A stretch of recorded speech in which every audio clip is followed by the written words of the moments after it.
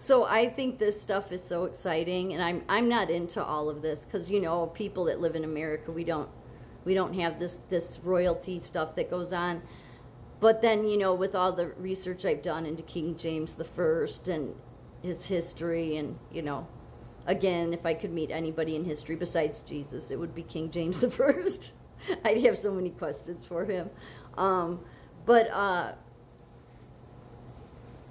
this was the right thing to do. I will say this, after researching King James, I have a lot and understanding how God raises these kings up, okay?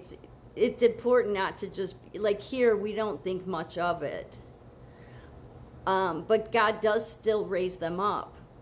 We don't have to call them kings here, but God raises them up. So, but with Trump especially, this had to have been rather exciting. Not that he's looking to be a king, but if you come from a lineage of one of the best kings that England ever had, and they know it, Charles knows it, that's why, that's why this welcome.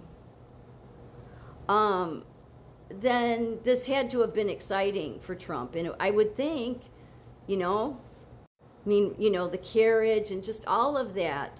I'm not saying that's what he's going to look to do, but he's always known that, he's part of that. Because, Mary, Queen of Scots, many argue, should have been the one that was crowned. But I'm telling you, the reason it was she was sent to jail because of something to do with they thought she killed her husband. Whatever it was, and people say it was persecution. Yeah, I think God was not going to recognize again a Catholic. Has it happened in the past? Yeah, when the countries demand it, then he hands the countries over and say, fine, have your Holy Father, because it's not me.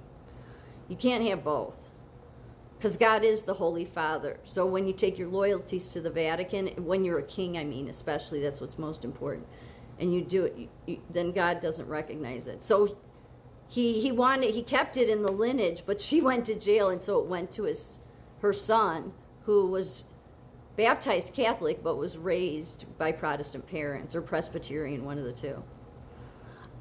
So King James the First was one of the greatest kings. Him in history, King David, of course, from the Bible. I would say King Henry VIII. They were some of the greatest kings ever. And they're important because God raises them up for a reason. They are to, they're the caretakers until he returns. I mean, this world doesn't have to believe that, but that's what it is. So I have a lot more respect for all of it now, and so I'm glad to see that King Charles gave the welcome that Trump deserves, given his lineage. This is also the reason why you revolutionary students, you university kids, like, even though you think Charlie Kirk was in with Trump, and they make like they were, but the reason they're going to try to cause a revolution is because even after Trump was in, they started pushing that stuff. Tucker did, Kirk did. Oh, there's no economic opportunities. It's like they've not even given Trump a chance. And then they were, blaming the baby boomers. So they do that stuff. These revolutionists that do this, they know what they're doing. Charlie knew what he was doing. He was pushing those certain narratives because he wanted to spark a fire in the university students. And now Erica will, try to carry that torch. I think that's probably why the Trumps have tried to rein it in. Because think about it, if you get a whole country full of students, that's what they did in Nepal to overthrow the government. Now that's not going to come to that, but those students would be stupid to do it for any reason, because when God raises up the leaders, so God raises up the kings, you cannot go messing with the kings, especially if they haven't gone astray, gone off of God's path, gone off of God's will. Like if they've gone off the reservation, that's a different story. God would let them be, God may let the people overthrow the king, but that won't work with Trump. And I know we don't call him a king here, but still he's the leader. You pull anything, you're taking on the hand of God. I'm just telling you, you are, because God raises these people up. Even if you don't like them, He does. So I never really liked Charles before, but I have respect for him now. I have respect for many of the England kings. Not all of them, of course, because but God made sure to get rid of a lot of them too, when you look into their histories. But this was the proper welcome. This was the proper welcome. King James the First was an amazing king. I would love to, if I could meet somebody in history besides Jesus, it would be him. I would have so many questions for him.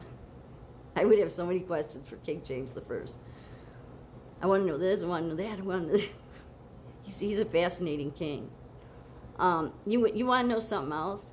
Interestingly, because I've been bringing up about all the idols, King Henry VIII, he got rid of all idols. All statues and stuff. Much of it was because it was the Catholic thing. Again, the Catholic stuff. It was like, this pagan worshiping that they refused to get rid of. But he got rid of all of them. Destroyed the statues. Now, I'm not trying to say that should happen. But we need to stop building up all these idols. Okay, have you seen the Capitol? They're filled with them. It's such an insult to God. They make all these excuses, and it's not right. It's just not right. It's one thing to have some here and there, like we have the Lincoln one, and, obviously we have the Mount Rushmore, but you go and look at that Capitol, and it's like nothing but pagan city in there, because they're just everywhere. Just go look at the pictures alone. But yeah, King Henry VIII, he got rid of the idols, because he wanted to follow God's will. But King James the First was like that too. I guess that's what fascinates me, especially about King James the First, is he was so. He was like King David. He was a man after God's own heart. He really wanted to.